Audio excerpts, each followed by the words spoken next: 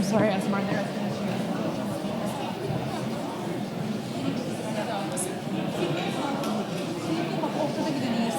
I called directly.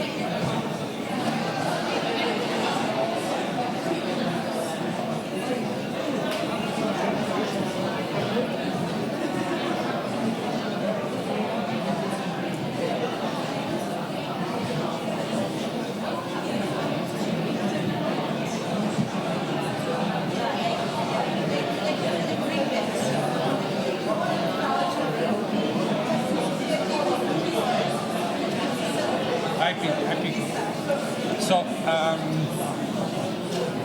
l'ora che va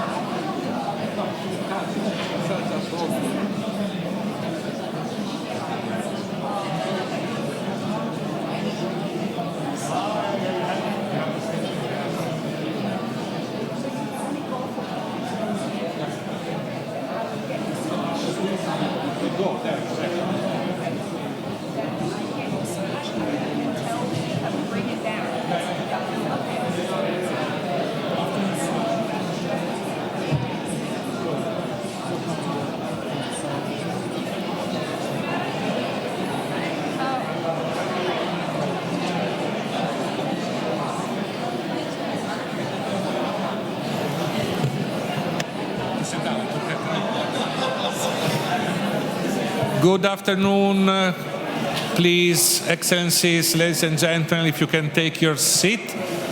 We're gonna start shortly. Thank you very much.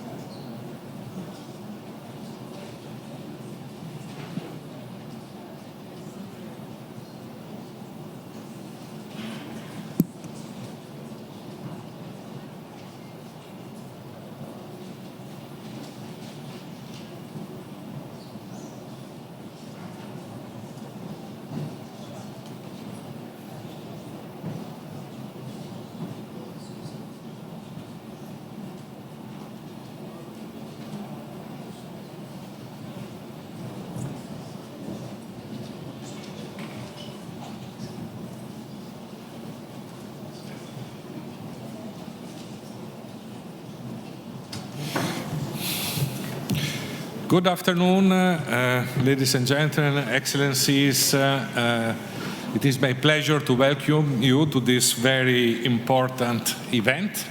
The event marks the successful journey throughout this year to bring us to this important moment of the beginning of the operationalization of the Fund for Responding to Loss and Damage. My name is Daniele Violetti, Senior Director of Programs at the UNSCC Secretariat. I'll be the pleasure to moderate this brief session, so we have not much time, but please consider to keep your remarks very brief so we can complete the whole program, including the signing moment and, of course, the celebration of that. So, without further ado, let me first of all invite His Excellency Mukhtar Balayev, COP29 President, to deliver his opening remarks. Minister, you have the floor. Thank you. Thank you. Excellencies, dear colleagues, dear friends, thank you to everyone for engaging in the last event. I am honored now to advance the agenda and focus of the Loss and Damage Response Fund. The COP29 Presidency has worked intensively throughout the year to drive progress on setting up the fund. We highly appreciate the resolve and commitment by the COP27 and COP28 presidencies of Egypt and United Arab Emirates. Both presidencies made critical efforts forward on loss and damage, and we are building on their work. We are truly grateful to the board of the fund, the interim secretariat, and the World Bank for their tireless collaboration all these years. Their constructive engagement has been critical to our work.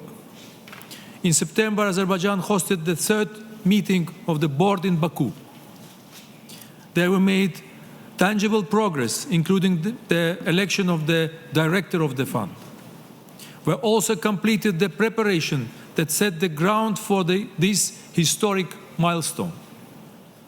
Because today, we are finally able to say that the Fund for Responding to Loss and Damage is ready to disburse funding.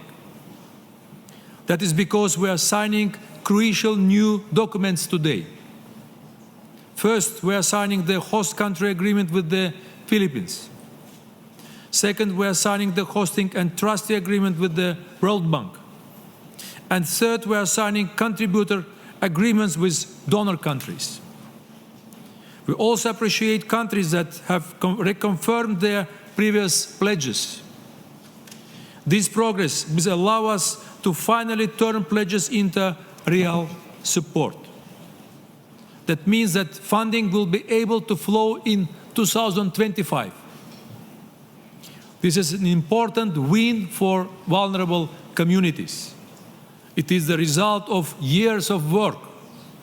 The progress made at COP27 and COP28, the determined efforts of the Fund and the World Bank, the commitment of donor countries, and the hard work of the COP29 team.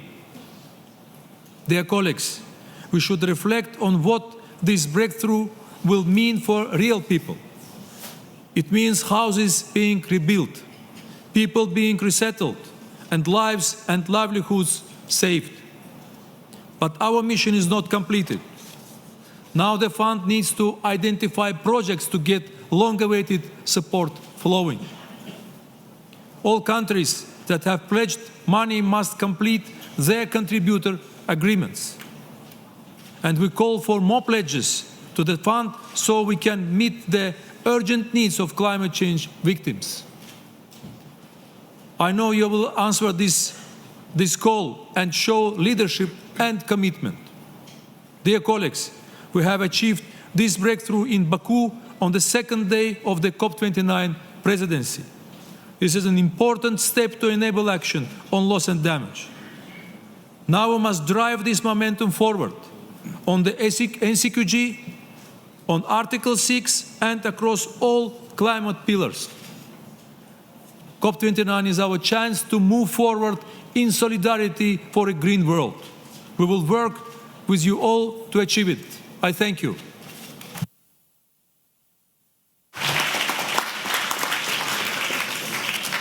Thank you, Minister, Co-President, for your remarks. You referred to the previous two COP presidencies. So I will invite now the representative from the COP27, representative of Egypt, the Assistant Minister for Foreign Affairs, Ambassador Weil. Please, if you don't mind, to come here for your brief remarks. Thank you.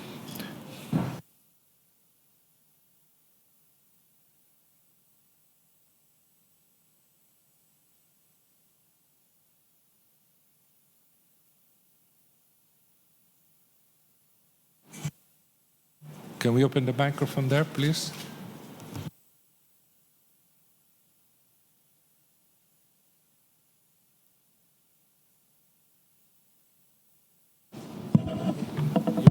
Yeah, I think this one's working. Thank you, Daniele. Minister Babayev, Executive Director, congratulations.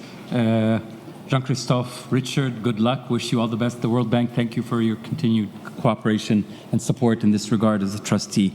On behalf of the COP27 presidency, it's really a pleasure to make these very, very brief remarks. I don't even have notes or speaking speeches, so I'll just speak from the heart.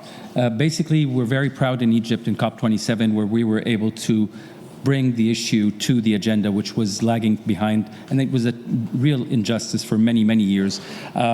We were very happy to continue to support the process through the TC all the way to Dubai, where a landmark agreement was culminated. And now in Azerbaijan, we're very grateful for the hard work our hosts, COP29, Azerbaijan, are doing to support this. It is very significant because we always lament the fact that multilateralism is facing problems. This is a triumph for multilateralism. It shows that despite the challenges and despite sometimes the adversarial approach to some of these issues pertaining to finance, we are able to 190 countries come together and agree on a very, very important matter. So COP President mentioned it is a win for the vulnerable communities. It is indeed very important that we did that for them, but also I think we owe it to ourselves to take a moment and appreciate the hard work. It wouldn't have happened in Sharm el-Sheikh if all 190-something delegates did not really appreciate and sympathize and show empathy to the cause of loss and damage. So we're very grateful for that. Lastly, I would be remiss if I did not mention that our success in Egypt, which we've been sometimes congratulated for doing, I think would not have been possible without the pressure, without the coercion, indeed, sometimes from civil society. They were really, really powerful in supporting that, and I don't think we would have been able to do it without them. So congratulations, this is a good moment. Thanks to all the contributors who really made significant pledges. We look forward to more pledges coming forward, but this is an important moment where they're really showing their commitment through fulfilling those pledges. Thank you very much.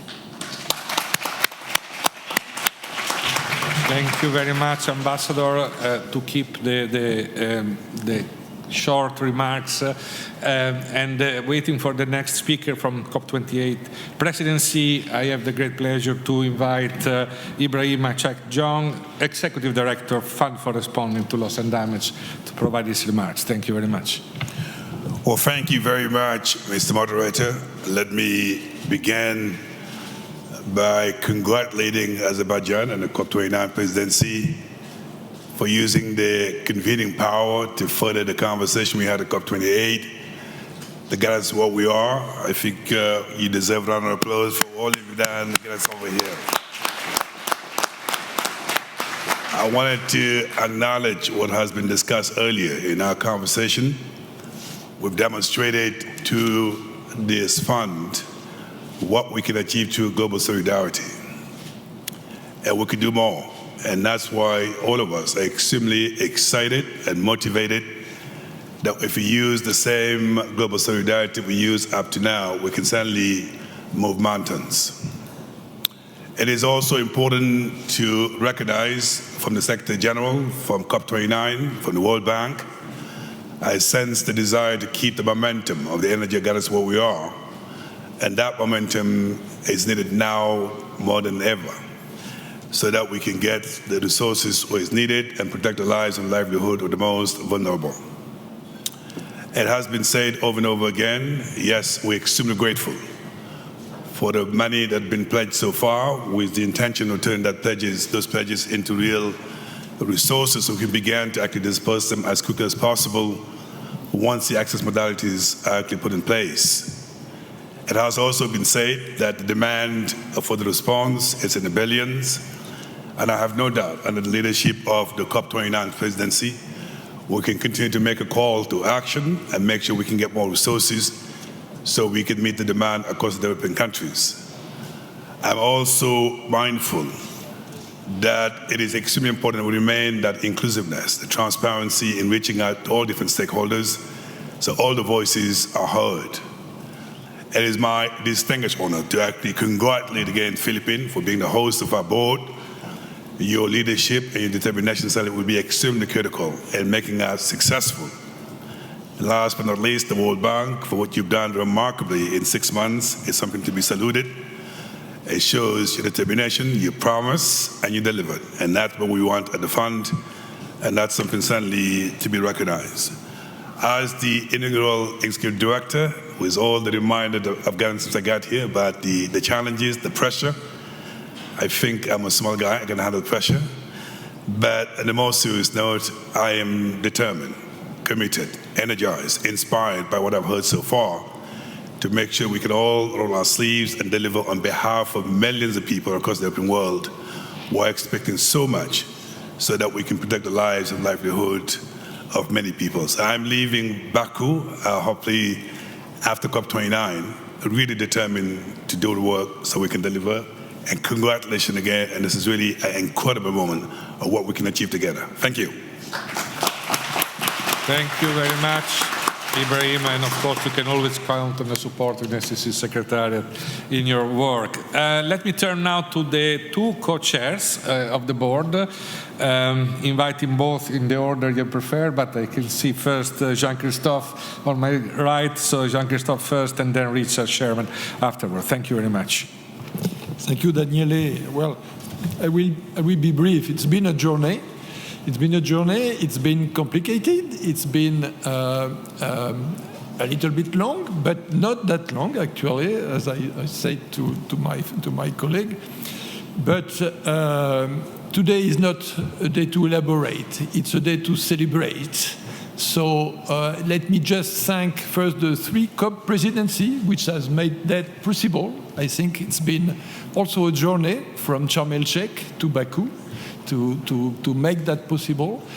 And also, I would like to emphasize that I've been amazed all over the last 6 months by the quality of exchange we have had with the senior management of the bank, but certainly the team with which we have worked so hard over summer, relentless.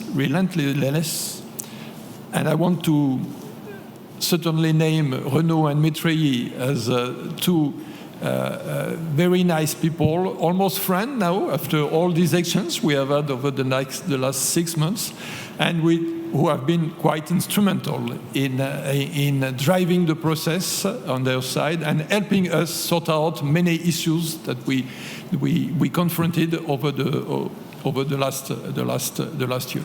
So thank you all, and today I am just happy.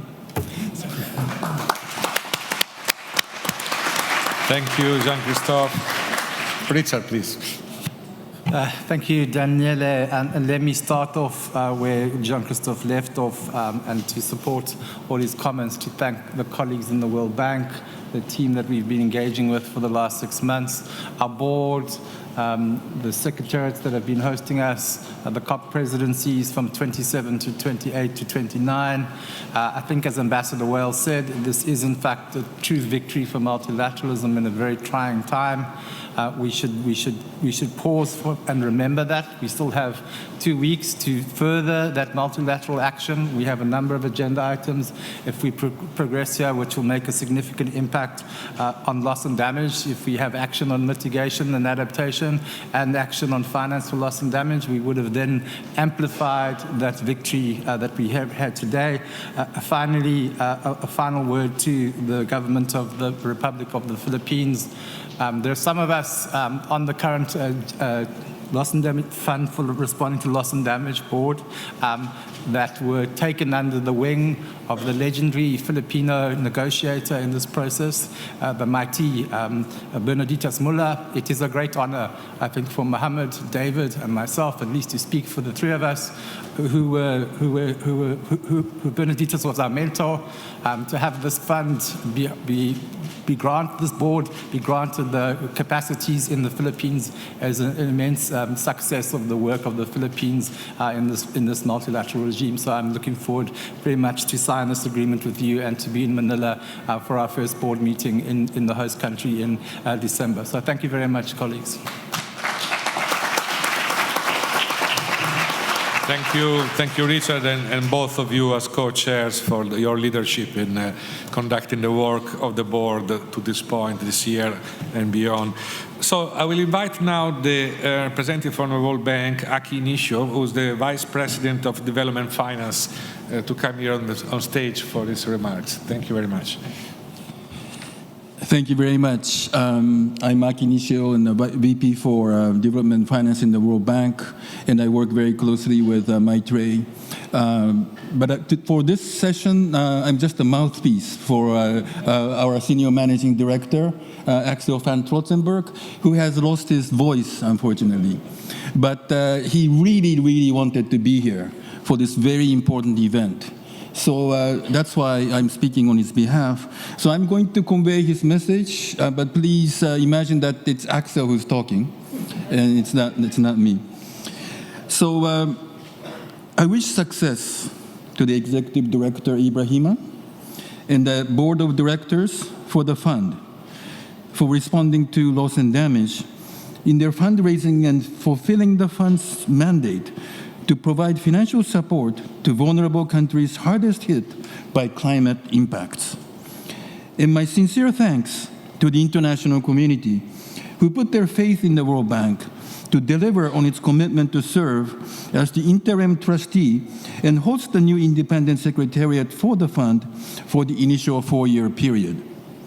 Together, we will make a difference in the lives and livelihoods of those who need it the most. Thank you very much.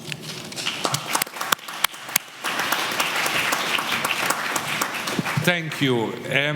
Let me now turn to the signing ceremony, while definitely we'll give the floor also to the representative of the COP28 presidency.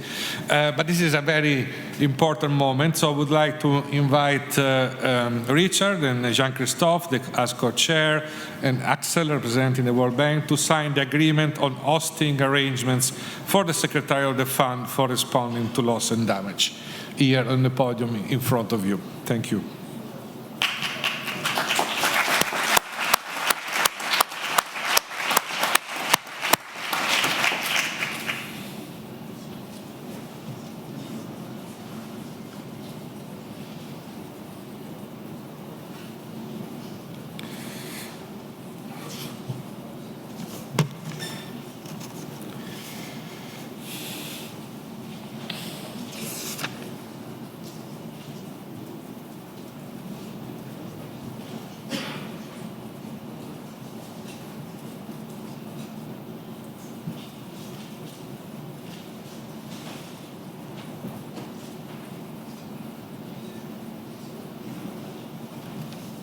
Thank you very much. This is now done.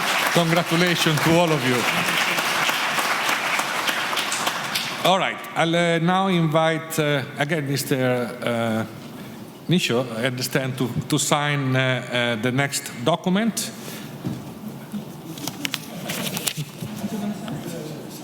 Okay, perfect. Okay, then please. The next document is the trustee agreement on the terms and conditions for the administration of the trust fund for the fund for responding to loss and damage. Again, the co-chairs and Axel, please. Thank you and congratulations again.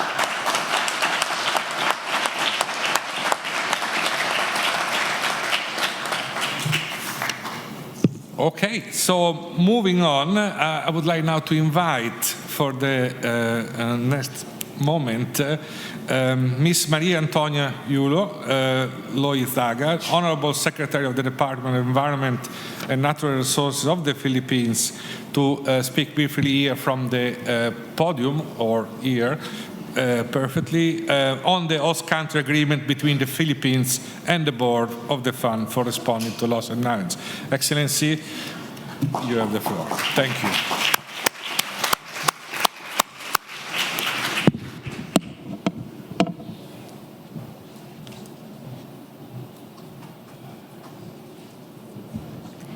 His Excellency Minister Mukhtar Babayev, our COP29 President, and the Honorable Jean-Christophe Donier, Co-Chair, Honorable Richard Sherman, Co-Chair of the Fund, and Honorable Ibrahim Sheikh Jong, our Executive Director, and of course, Excellencies, ladies and gentlemen. The Philippines is honored to be part of this historic moment as we formalize the host country agreement between the government of the Republic of the Philippines and the board of the Fund for Responding to Loss and Damage. A decades-long journey to establishing the fund was a long-fought journey and firmly grounded in the quest for resilience by those most vulnerable. And we thank Co-Chair Richard Sherman for outlining the very important link between the work of Bernadette Mueller and the fund. For the Philippines, living with risk and loss and damage has been part of our history as an archipelago. We therefore have a deep and personal stake in ensuring that the Fund for Responding to Loss and Damage succeeds. By hosting the board of the fund, we are invested in its dynamic and far-reaching mission of cooperation and solidarity by making resources accessible to those who need it the most. While we know there may never be enough, the fund will be critical in addressing the worst impacts of climate change and crucial for our communities to rebuild, recover, and move towards a resilient future. We therefore echo the COP28 President Sultan Ahmed Jaldaber's call to have pledges transform into contributions at the soonest possible time. We in turn are fully committed to ensuring its smooth, transparent, and effective operations, and the signing of this agreement establishes the framework and services for the board to function in the Philippines with the privileges, immunities, and legal capacities essential to fulfilling its mandate. I have the honor at this point to convey a message from our President, President Ferdinand Marcos Jr. The Philippines is experiencing a historically unprecedented series of extreme weather events. In the past 3 weeks, we have been struck by 4 successive tropical cyclones. A 5th has just made landfall, and a 6th is on the way. The cumulative impacts of devastation on lives and livelihoods, properties, and ecosystems are still to be fully assessed, as we have been on a continuous state of preparedness, response, and relief for close to 1 month now.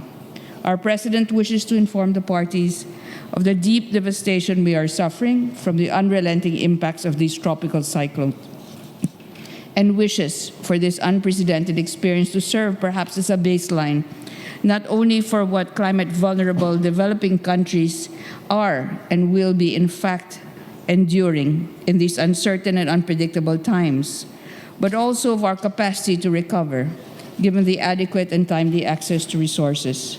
The Philippines may be a test case for the fund in responding to this unique cumulative loss of lives and damage to critical infrastructure, such as hospitals, schools, roads, water, and power systems.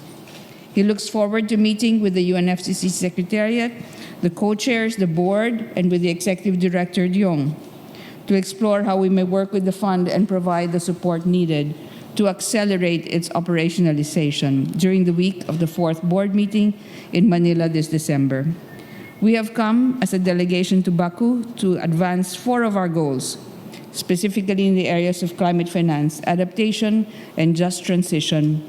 The signing of this agreement is our 4th goal. Please be assured that we stand ready to deliver on this agreement as part of our global commitment to ensuring the most vulnerable can win this race to resilience. Thank you very much. Thank you, Excellency. For the moment of signing, let's create the space here on the podium. You want to? Thank you. Please. Thank you to Ibrahima to create the space for the moment of the signing. Here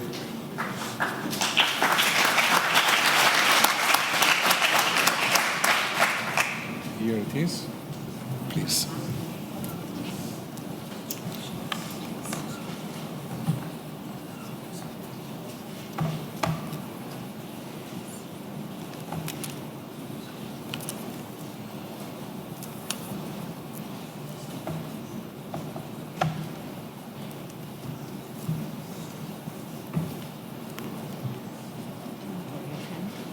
You can. And now to the co-chairs. Thank you very much.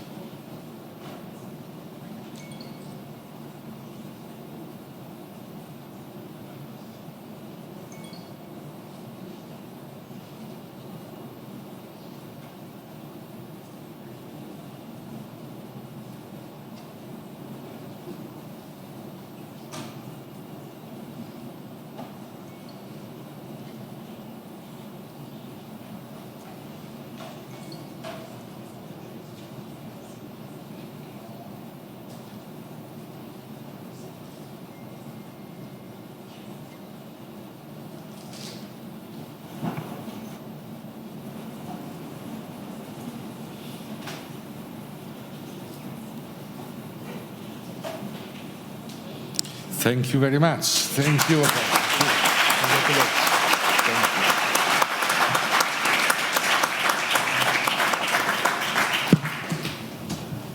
Perfect. Thank you. And let me now invite the climate ambassador of Sweden, Matthias Frumery, to come to the stage with regard to new pledge announcement.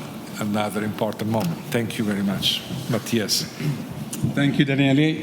Excellencies, colleagues, let me join also colleagues in thanking the COP27, 28 and 29 presidencies for their achievement in establishing and operationalizing the Fund for Responding to Loss and Damage.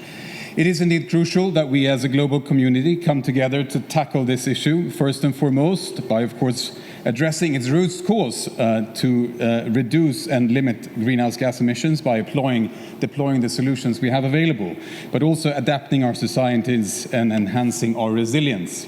Sweden is proud to be one of the world's top providers of climate finance, and we contribute extensively through the MDBs and the major climate funds, as well as through our bilateral development cooperation, and we work to mobilize more private capital. The Swedish government has stated that we will increase our climate finance even further and enhance its effect, strengthening synergies with innovation and trade. And we are already an unwavering contributor to many of the actors already today, supporting countries in responding to loss and damage through the funding arrangements.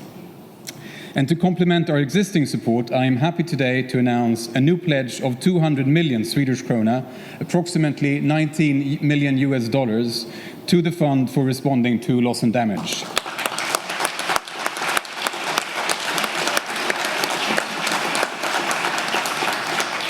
We look forward to seeing this fund support the most vulnerable in grappling with the effects of climate change in a way that complements the already existing actors within this field.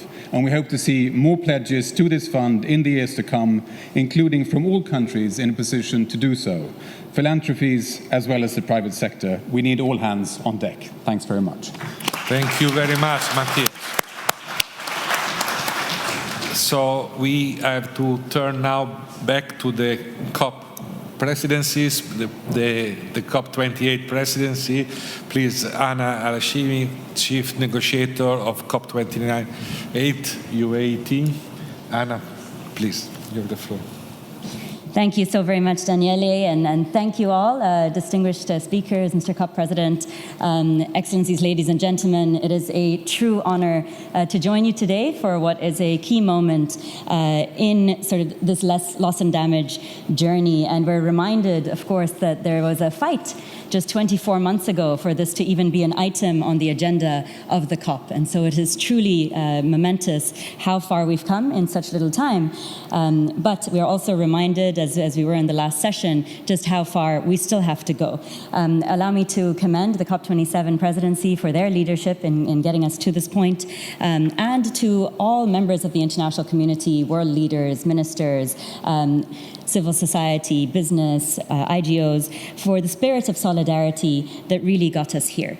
As a member of the Transitional Committee myself, I know that the pressure was real for us to come forward from between COP27 and COP28 in order to deliver a fund that truly was different. This had to be a different kind of fund. It was very clear that we had to respond to both economic and non-economic losses, that we had to respond to both slow onset and rapid onset events. And it was also clear that these events were already impacting lives and livelihoods of millions around the world, of which had the least responsibility for the challenges that they were facing. And so the challenge, of course, continues to be a reality for many, but it was that political momentum and that sense and spirit of solidarity that got us to the historic operationalization at COP28 and initial capitalization in the tune of 600 million in just the first 48 hours, which of course, and we're grateful to the Secretary General for putting that to the scale of what football players make in a year. I think that's helpful to keep that in context in light of just how far we have to go. But it also speaks to what it is that the international community can achieve when united, when dedicated to acting and delivering. And we hope to continue with that. Among the board and as the UAE is a member of the board, we have seen that continued dedication in order to deliver a different kind of fund.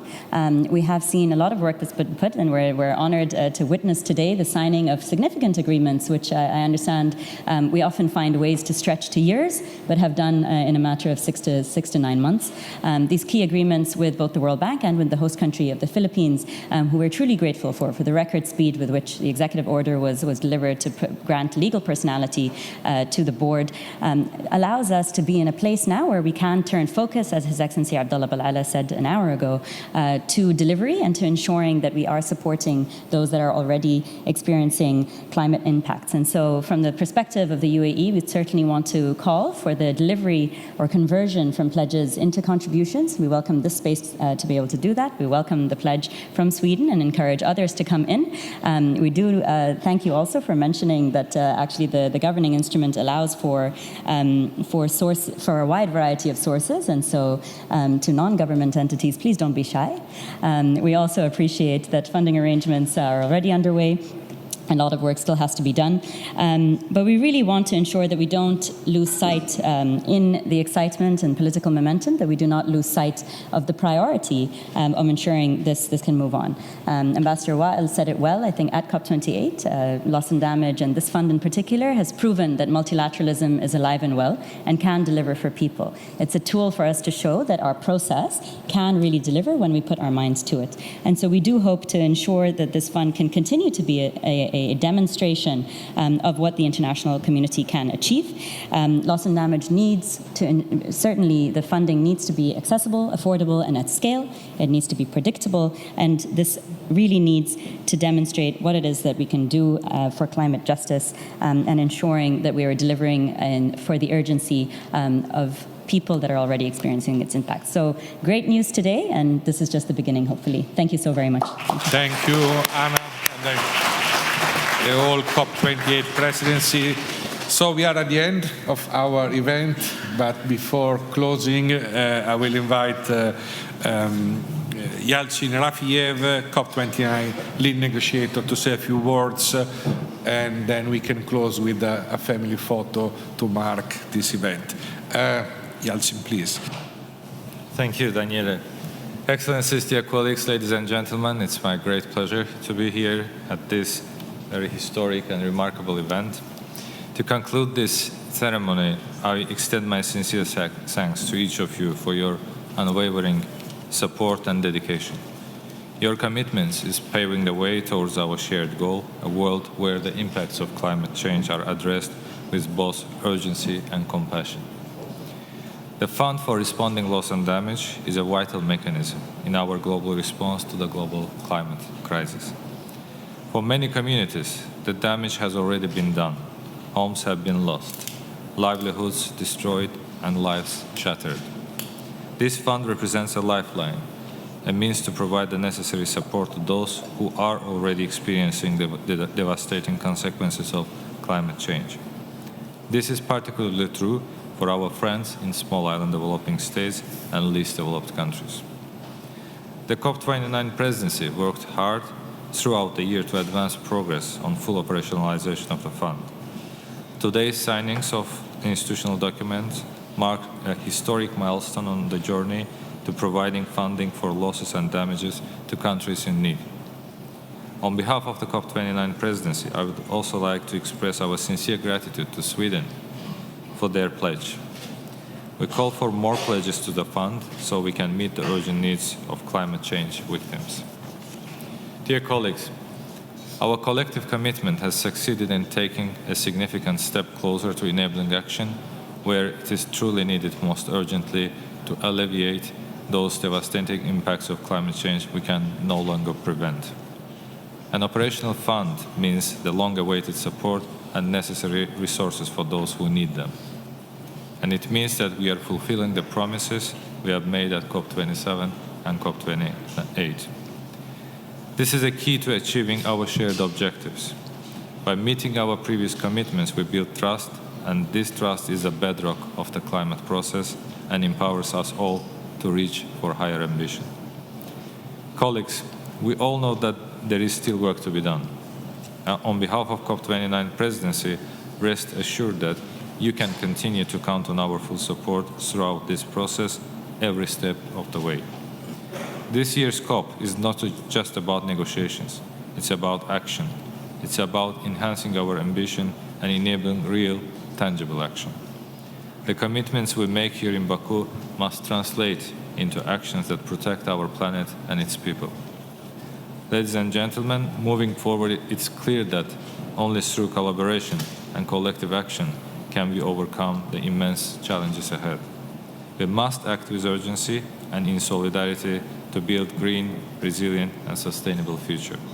Thank you all once again for your participation and commitment. Thank you, Yalcin. If those who provided some remarks want to join the podium for a final family photo so we can conclude the event.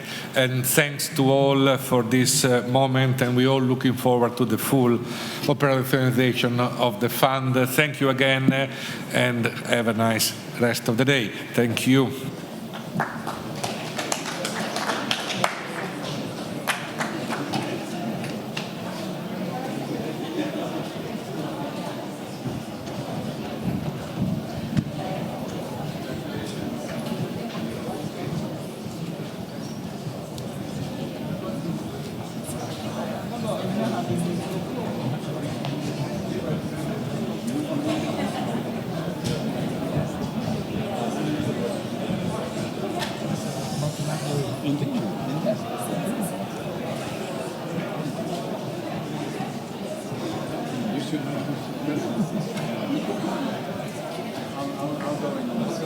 I'll go next to the finals. Thank you very much. Thank you.